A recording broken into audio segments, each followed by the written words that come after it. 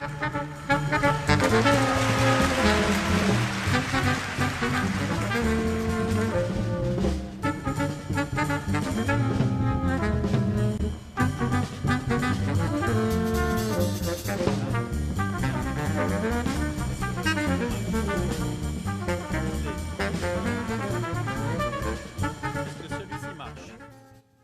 je pense que je vais parler ici. Mesdames et messieurs, bonjour. Donc, Isidore nous a très bien lancé. Peut-être juste vous dire que quand on nous a demandé de lancer précisément cette journée, de vous expliquer un peu la thématique du jour, parce que c'est l'objet des 30 prochaines minutes, j'étais très motivé. Je pensais effectivement être l'expert de circonstance. Avec Mélina en plus, vous verrez la complémentarité indiquée par Isidore. Puis ce matin, je suis un petit peu gêné parce qu'en quelques heures, finalement, on vient d'avoir deux exemples vraiment frappants d'une communication très réussie par des gens qui, a priori, ne sont pas des communicateurs. En tout cas, ils ne sont pas payés pour faire de la communication a priori. Le tout premier, dans l'ordre chronologique, c'est Didier Burkhalter, le conseiller fédéral, qui aujourd'hui a fait quelque chose d'absolument extraordinaire. Pour ceux qui ne l'ont pas vu ou pas entendu, il a simplement été pris en photo sur un quai de gare en train de tweeter. Et cette petite image a fait le tour de la planète, notamment même en Inde, en Afghanistan. Yann Luong pourra vous en dire plus si ça vous intéresse. Et je me dis, mais à part toutes les stratégies de communication qu'on peut faire pour la Confédération avec présence suisse, en une fois, Didier Burkhalter transmet l'image d'un pays sûr, d'un pays branché et cool, sûr parce qu'il est tout seul sans garde du corps sur ce quai de gare, et en plus écologique puisqu'un conseiller fédéral se déplace en train et pas en voiture. Donc voilà, en juste une petite action, et c'est la puissance des réseaux sociaux, bravo. Et puis là, aussi le syndic de la ville d'Yverdon qui aujourd'hui nous a fait un petit cours de communication, vous verrez, on va vous en parler surtout en fin de journée, mais la démarche de la ville d'Yverdon est remarquable et en tout point conforme à ce que nous aimerions dire. Alors avant de partir dans le vif du sujet, on a dit avec Mélina que ce serait peut-être correct vis-à-vis de vous, qu'on se présente un petit peu, donc je lui laisse la parole modestement pour me présenter. Merci. Mesdames, Messieurs, bonjour. Nous avons l'honneur aujourd'hui avec Daniel d'ouvrir cette journée sur un thème qui nous touche tout particulièrement, la communication. Donc laissez-moi vous présenter Daniel. Il est directeur et partenaire de l'agence You Communication à Lausanne. Il traite des mandats pour des moyennes et grandes entreprises à l'échelle nationale et internationale. Comme l'a dit tout à l'heure Isidore Raposo, il est passé par la communication de Nestlé Suisse, par la communication de Romande Énergie et de Kudelski, et il a même été journaliste spécialisé en horlogerie. Il a également géré la communication de la BCV et de la Coupe de l'América, et ces deux gros projets dont il vous parlera tout à l'heure. Vous l'aurez compris, les spécialités de Daniel, c'est la gestion de l'image, les stratégies de communication, les relations médias, la gestion de crise, et j'en passe parce qu'il a beaucoup de cordes à son arc. Et pour terminer son bref portrait, je pourrais dire que Daniel est un passionné, tout comme moi, qui en plus d'exercer son métier, il transmet sa passion et son savoir à l'Institut suisse de relations publiques qui forme les communicants de demain. Autour de Mélina, merci. Autour de Mélina, passer, c'est toujours un peu embêtant parce qu'on est payé pour parler des autres en général, notre employeur, nos clients, etc. Alors voilà, c'est pour ça qu'on fait ce petit jeu. Donc Mélina Noyas, vous l'avez compris, c'est la nouvelle génération des communicateurs, en environ 2 décennies de différence d'âge. C'est une entrepreneuse avant tout, elle a créé son agence à 28 ans. Elle a fondé donc l'agence Elicia. Et elle a aussi fondé un événement qui s'appelle Socialize, qui en fait le lien entre ce qu'on appelle le réseautage réel, physique, et le réseautage à travers les réseaux sociaux notamment. Donc c'est un événement qui a vraiment pris de l'ampleur. La dernière fois, c'était au Mont-Pèlerin. On en parle et on en parlera encore plus. Sa spécialité, c'est véritablement les stratégies de communication en ligne, le Web 2.0, l'événementiel aussi, elle est fan d'événementiel, et si possible, qui mélange justement le monde virtuel et le monde réel. Donc voilà, donc à nous deux, on va essayer de vous présenter ce qu'est la communication, finalement. C'est le thème d'aujourd'hui. Et peut-être pour l'illustrer le mieux, on va partir dans un diaporama que j'appelle...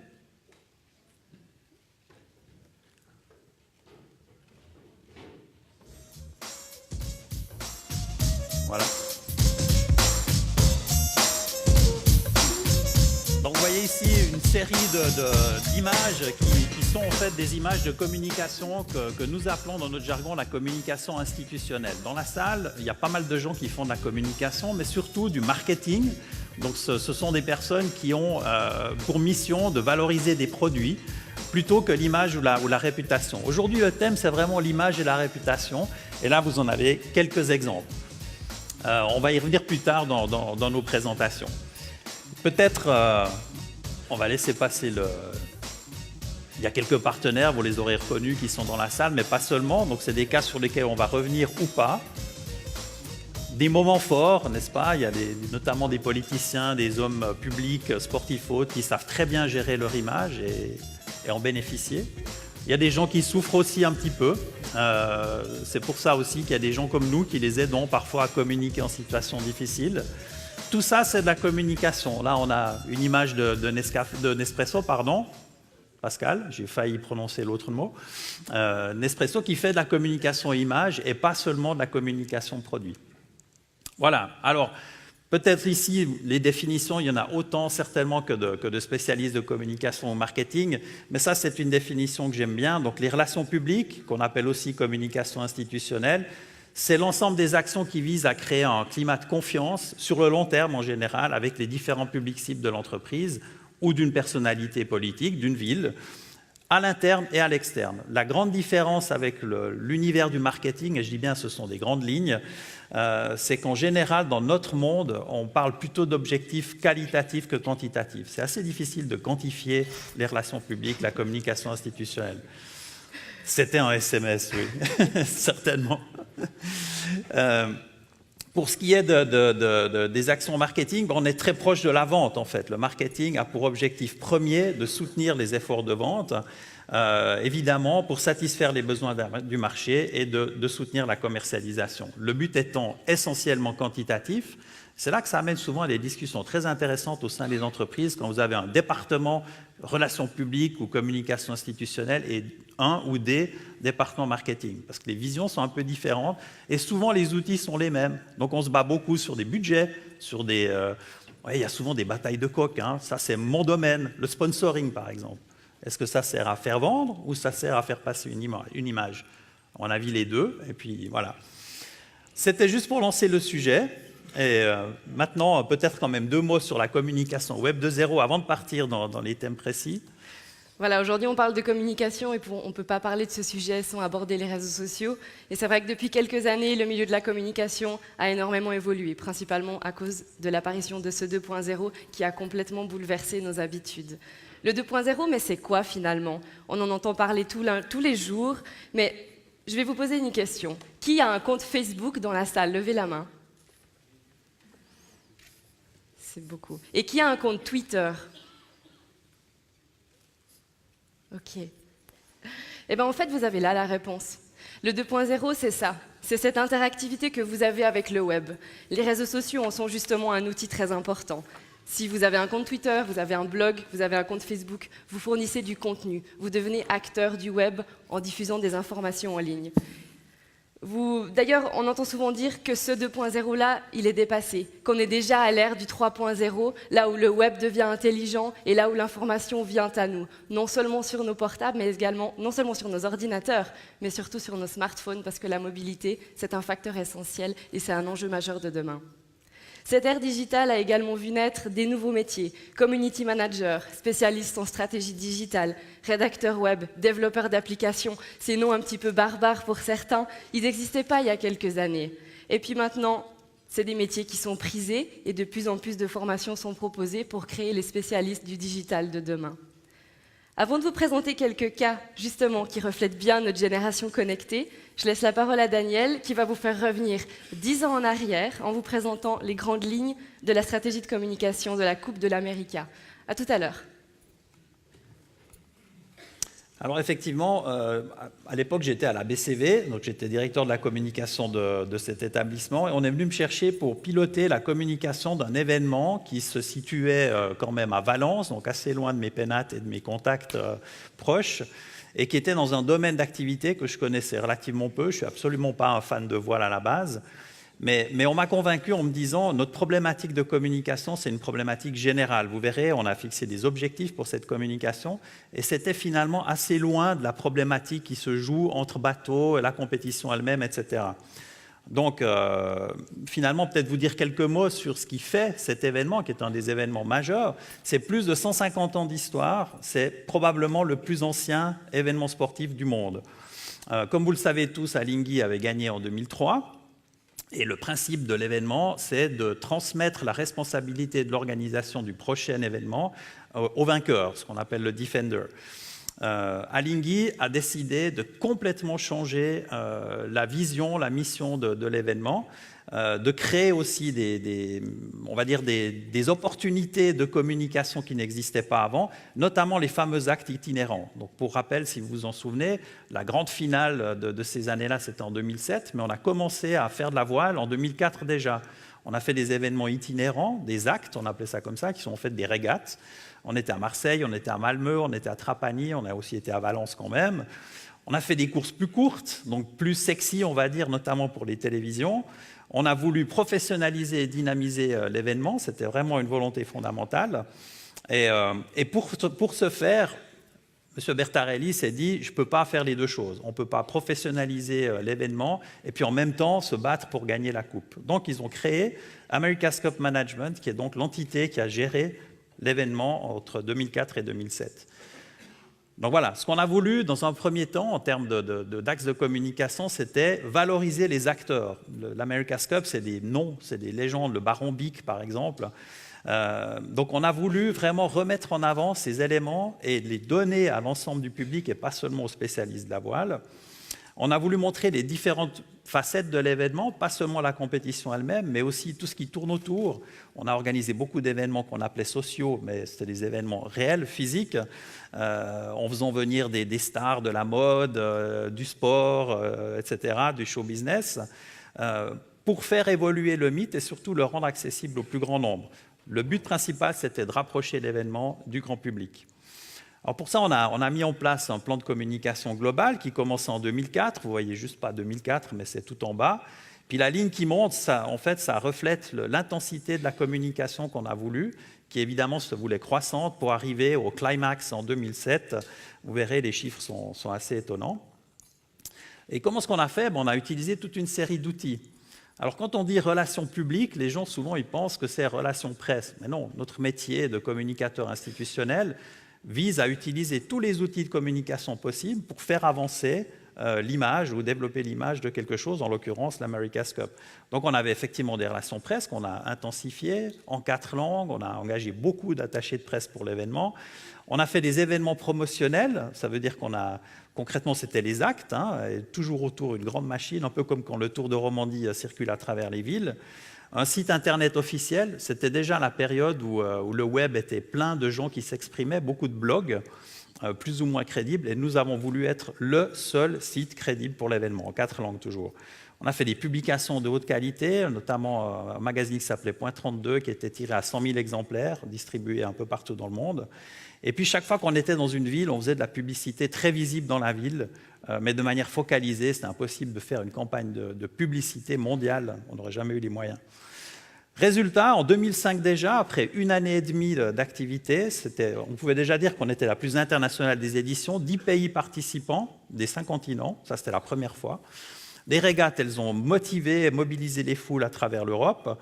On avait 500 journalistes accrédités en moyenne chaque fois qu'on allait dans une ville, ce n'est pas un petit événement. Des sponsors sans arrêt entre 2004 et 2005 qui s'ajoutaient à la liste, et je parle de l'événement, pas des bateaux. Et puis des villes qui vraiment se sont transformées pour accueillir l'événement parce qu'elles ont senti l'opportunité pour se valoriser. Impossible de venir à Yverdon, mais pour celles qui avaient la chance d'avoir un accès à la mer et les vents correspondants, ça allait bien. Et finalement, les équipes étaient satisfaites. Et ce qui nous a le plus fait plaisir, c'est la réponse du public. Donc à Trapani, après 1 année et demie d'événements, on a dépassé le million, on a décerné un diplôme à cette personne qui, symboliquement, avait passé la porte comme millionième visiteuse. Mais au final, en 2007, c'est plus de 5 millions de visiteurs qui sont venus à la Coupe de l'Amérique. Je parle des gens qui physiquement sont venus voir les régates. 2 millions juste à Valence en 2007, pour la seule année 2007. Qu'est-ce qu'il m'a dit? Au creux de la vague, oui, effectivement, après, oui. Le web, 83 millions de pages vues entre 2004 et 2007. Pour les spécialistes, je pense que c'est assez parlant. La télévision, c'est un total, juste en 2007, de 928 millions de téléspectateurs. Vous imaginez un peu l'ampleur. 150 pays ont retransmis les régates en direct. Et puis finalement, pour la presse, c'est 50 000 articles entre 2004 et 2007 et 1800 journalistes accrédités pour la Louis Vuitton Cup. Voilà, donc je ne dis pas que c'est grâce à la communication uniquement, c'est la force de l'événement, c'est l'attractivité des régates, mais voilà en quelques mots ce qu'on a réussi à faire. Puis là, on revient à des choses un petit peu plus actuelles et plus virtuelles, et plus vraiment actuelles, la Coupe du Monde. Exactement, restons dans le monde du sport et parlons d'un événement tout récent, la Coupe du Monde. 10 ans après la Coupe de l'Amérique, c'est vrai que ce genre d'événement maintenant, ils prennent une autre dimension avec les réseaux sociaux et les compétitions ne se jouent plus uniquement sur les terrains, mais également sur les réseaux sociaux qui sont devenus un outil de partage absolument incroyable où chacun peut s'approprier l'événement en le vivant à sa manière, en partageant ses états d'âme et tout ça en live. Je ne vous en dis pas plus, je vous laisse regarder cette courte vidéo en vous replongeant 2 mois en arrière.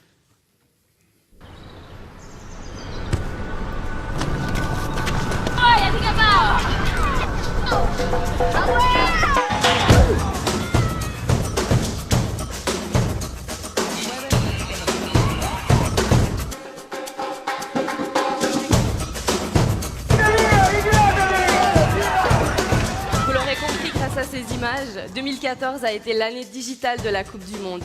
Le compte Twitter officiel a atteint plusieurs millions d'abonnés à travers le monde et tous les gens qui suivaient tout ça se sont véritablement lâchés avec le hashtag World Cup ou en français Coupe du Monde, avec environ, selon certaines sources, 350 000 tweets par jour.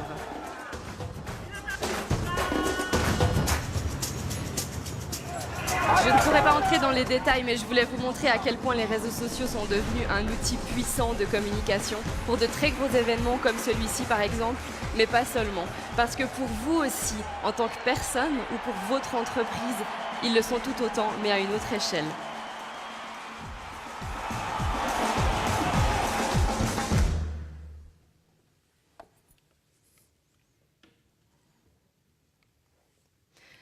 Voilà, pour prendre quelque chose d'un petit peu plus local, parce que vous savez que la Coupe du Monde, c'est d'envergure assez important, pour prendre un exemple vraiment qui est vraiment proche de nous, pour vous montrer comment il est possible de profiter de l'actualité pour en faire des actions ponctuelles, j'aimerais vous expliquer ce qu'a fait la RTS le 20 juin dernier. Peut-être ça vous dit quelque chose.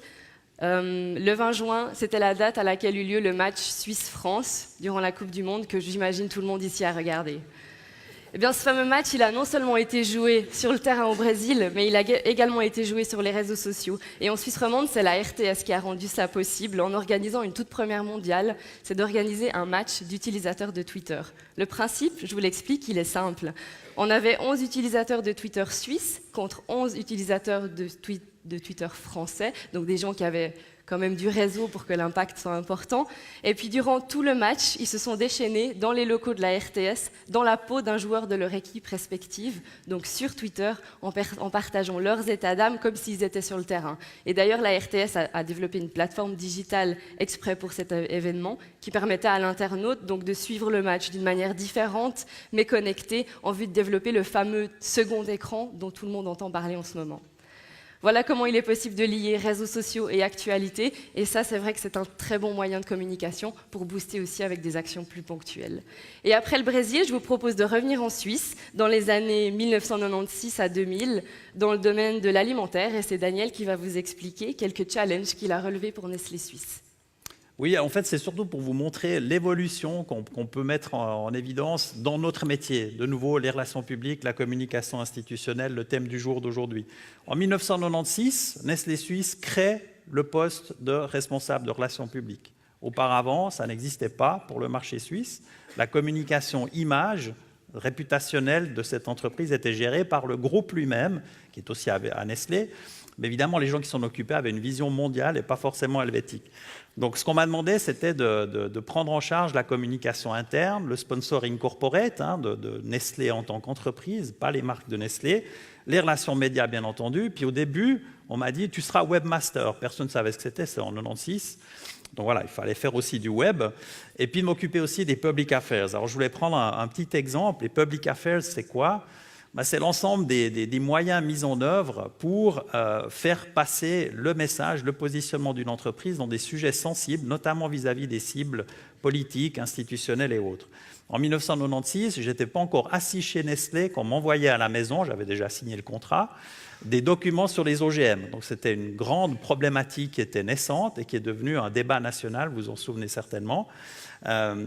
Alors on fait quoi quand on est responsable de la communication puis qu'on vous dit vous occupez des OGM? Ben, essentiellement, il faut d'abord essayer de faire passer le message à l'interne. Il faut expliquer aux gens à l'interne de quoi on parle, parce que les collaborateurs sont potentiellement les meilleurs ambassadeurs, mais aussi les pires, s'ils ne connaissent pas bien les problématiques sensibles qui touchent une entreprise. Donc je me souviendrai toujours d'une séance un peu comme ici, il y avait 700 personnes, c'était les 700 cadres de Nestlé Suisse. Ça faisait un mois que j'étais arrivé dans cette entreprise et j'ai dû leur expliquer la problématique des OGM. Voilà, pour que tout le monde parle le même langage. Ensuite, c'était participer, par exemple, à une organisation qu'on avait appelée Internutrition, qui regroupait tous les fabricants de matières premières potentiellement avec des OGM et aussi des entreprises comme Nestlé qui les transforment. De nouveau, pour coordonner nos messages et puis essayer de donner le change face à on va dire, certains milieux qui étaient totalement, diamétralement et fondamentalement opposés aux OGM. Je ne dis pas qu'on avait raison, eux tort, etc. C'est juste pour vous expliquer le contexte.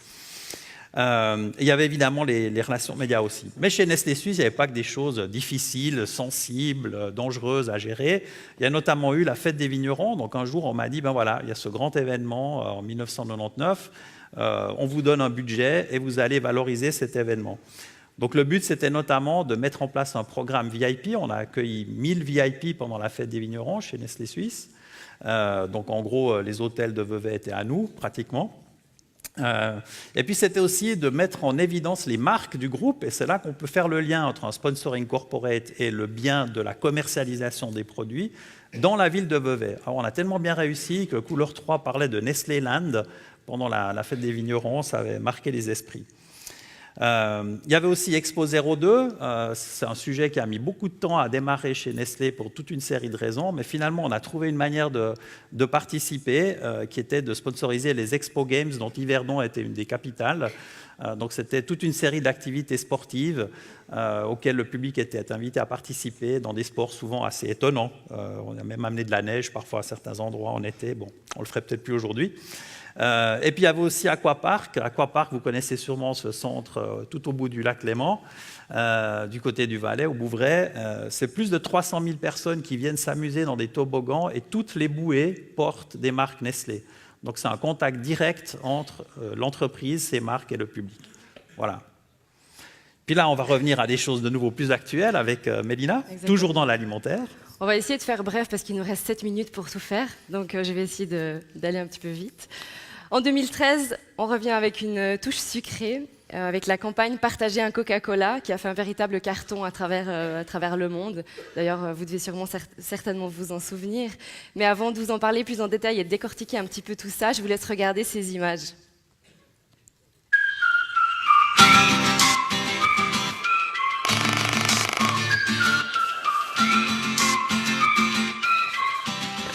Comme vous pouvez le constater, il s'agit de la campagne qui a été menée en Grande-Bretagne et qui donne un aperçu très complet de l'opération et de son impact. Le principe de la campagne était de commercialiser des bouteilles de Coca-Cola avec votre prénom. Le but était de lier parfaitement le monde réel au monde virtuel en incitant les consommateurs à prendre la bouteille en photo et à partager tout ça sur les réseaux sociaux.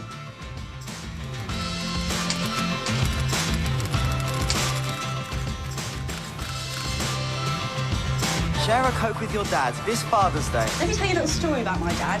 He's really awesome.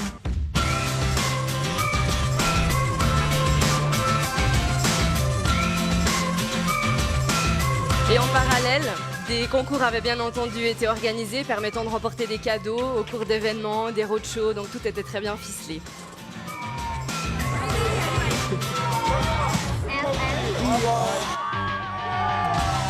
Pour choisir les prénoms à inscrire sur les bouteilles, là j'ai une petite anecdote à vous donner. Coca-Cola a sélectionné les 150 prénoms les plus répandus par pays. Et puis, ils avaient offert la possibilité de pouvoir personnaliser sa bouteille sur Internet pour ceux qui n'avaient pas leur prénom dans le commerce. C'est inutile de vous dire que moi, j'ai jamais trouvé Mélina et c'est pas faute d'avoir cherché. Cette campagne, elle a eu un très gros succès et les ingrédients de cette réussite sont finalement assez simples. L'aspect de proximité que Coca-Cola a pu inspirer. Non, C'était d'avant. C'est monsieur qui s'amuse. Qui nous amuse. Il faut que je fasse ça. Voilà. La fierté que Coca-Cola s'intéresse à toi et s'adresse à toi a été, je pense, un axe absolument fabuleux qu'ils ont réussi à trouver, et le fait de mobiliser toute une communauté à travers le monde autour d'un thème et d'une action. Pour vous faire une idée, allez voir une fois sur les réseaux sociaux avec le hashtag Share a Coke en anglais ou partager un Coca-Cola, vous verrez, c'est absolument incroyable. Je voulais vous parler de cet exemple parce que Coca-Cola a parfaitement su lier le monde réel et le monde virtuel. Dans le réel, les bouteilles, les événements, et dans le virtuel, tout ce partage de photos, et donc une visibilité incroyable pour la marque. Et bien sûr, évidemment, elle est devenue la boisson que l'on partage dans les bons moments de sa vie. Cet exemple, il peut vous paraître un peu démesuré, mais il prouve que finalement, rien n'est acquis. Vous avez beau avoir le meilleur produit, le meilleur service, vous devez continuer à communiquer pour séduire vos consommateurs. C'est un travail qui se fait sur la durée. Et même si Coca-Cola est vendu dans le monde entier, ils n'arrêtent pas de trouver des nouveaux axes de communication, et ils misent sur la sympathie et ils mettent en avant des valeurs fortes. Restez à l'écoute des tendances et des évolutions. C'est quelque chose de primordial, peu importe la taille de votre entreprise. Après Coca-Cola, on va rester en 2013, mais toujours sur une note sucrée. Vous connaissez tous les carambars, et bien parfois ça ne colle pas, et Daniel va vous expliquer pourquoi. Voilà, alors peut-être que la plupart d'entre vous, voire tout le monde, se souviennent encore de cette campagne, parce que finalement on a vu que c'était une campagne que Carambar avait faite en 2013. Carambar a organisé une communication à travers des moyens très traditionnels, les relations publiques de l'entreprise, qui visaient à faire croire à la planète entière, francophone bien entendu, que les blagues dans Carambar étaient supprimées au profit de petits quiz visant à faire augmenter le niveau de connaissance générale du français moyen, si possible jeune. Donc voilà, c'était très sérieux. Les journalistes ont reçu un press kit tout à fait en bonne et due forme, pas du tout marketing, hein, donc très sérieux, comme nous savons le faire en général. Donc ils y ont cru, ils ont téléphoné à la maison mère de Carambar qui a validé, qui a dit oui, effectivement, voilà, c'est pas que les blagues, ça n'intéresse plus personne, mais on veut participer, etc. Bon, c'est devenu un buzz, en tout cas planétaire francophone, on va dire, à tel point qu'un beau jour, ils ont dû arrêter, puis ils ont dû expliquer que non, c'était pas vrai, que c'était en fait une opération marketing, de communication visant à faire connaître encore plus la marque Carambar. Alors voilà, donc finalement, ce qui devait être un sourire est devenu un peu la soupe à la grimace. Pourquoi? Parce qu'on peut se poser la question, moi je laisse le point d'interrogation. Ma vision, c'est que c'était un mauvais buzz, parce qu'on a utilisé de manière abusive les relations publiques. Les relations publiques, je l'ai dit avant, ça vise à créer un climat de confiance, de crédibilité, à travers la crédibilité de l'entreprise notamment, avec des publics différents, mais notamment les médias. Donc quand on utilise un canal sérieux pour faire un coup marketing, c'est bon ni pour notre profession et à mon avis non plus pour l'entreprise. Imaginez le jour où cette entreprise a véritablement un problème avec des syndicats ou autres. Est-ce que les journalistes ne seront pas contents de leur rendre la monnaie de la pièce? Je pose la question. Donc on a manipulé les médias et en fait on a dissimulé un objectif commercial. Donc tout n'est pas forcément bon, à mon avis, pour faire parler d'une marque ou d'une entreprise. Je suis sûr dans la salle, il y a plein de gens qui ont trouvé ça génial parce qu'on a reparlé de Carambar, mais je suis convaincu que c'est un exemple de quelque chose à ne pas faire. À débattre, on pourra en discuter après si vous le souhaitez. On revient aux réseaux sociaux, il nous reste 1 minute 52. On revient à quelque chose de très actuel, et alors là on va faire très vite. Le fameux selfie qui a été pris pendant les Oscars 2014, je pense que vous avez tous vu passer cette photo, ici c'est pas sur Twitter, c'était dans la presse. Je vous propose de voir quelques images et on va découvrir les coulisses du selfie. Je vous ai montré cet exemple parce que je voulais vous montrer à quel point c'est important d'être à l'écoute sur ce qui se dit, sur sa marque, et de pouvoir rebondir sur certains buzz ou sur certaines choses qui se passent. J'ai plus de temps, mais je vous montre encore la toute dernière vidéo, parce que j'aimerais que vous compreniez où je veux en venir. On est sur le plateau de son émission, quelques jours après la cérémonie des Oscars, et elle explique l'impressionnant succès du selfie, parce que je pense que tout le monde a été abasourdi de comment ça a pu faire le tour du monde en quelques heures. Et elle explique que Samsung a décidé de verser $1 par retweet à une association, ce qui fait finalement 3 millions de francs, donc c'est une assez jolie somme. Samsung is donating $3 million. I'm giving half to St. Jude's Children's Hospital and the other half to the Humane Society of the United States.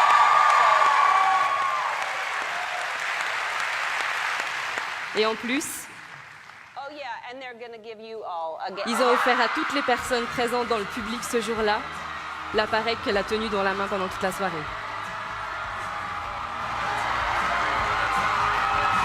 Vous pouvez imaginer l'euphorie du public.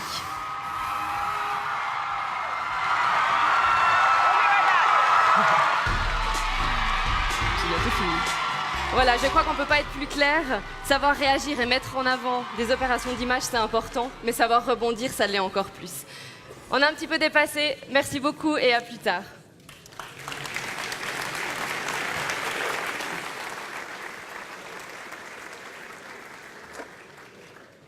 Merci à Mélina et à Daniel. Nous les retrouverons en fin d'après-midi. Ils vont nouer la gerbe. La personne que nous allons accueillir maintenant est une personne qui a une longue expérience dans une branche qui a pris un développement absolument extraordinaire ces dernières décennies. Gucci, Piaget, Omega, Ebel, tout ça, ça fait parler l'excellence suisse. Mais étant à Yverdon-les-Bains, je dois quand même rappeler qu'il a aidé, qu'il a donné un petit coup de pouce à la remise sur rail du petit bijou Reuge à Sainte-Croix. Il a fait des études commerciales à Lausanne et à l'Université de Californie à San Diego. Il a croisé au cours de sa carrière un certain Jean-Claude Vibert, c'était à Omega. Et il est, depuis le début de l'été, le président de Zénith, la marque qui allie une tradition, une longue expérience et qui a réussi à faire un saut extraordinaire dans le futur. Eh bien maintenant, le saut, c'est Aldo Magada qui va le faire sur scène pour vous, mesdames et messieurs.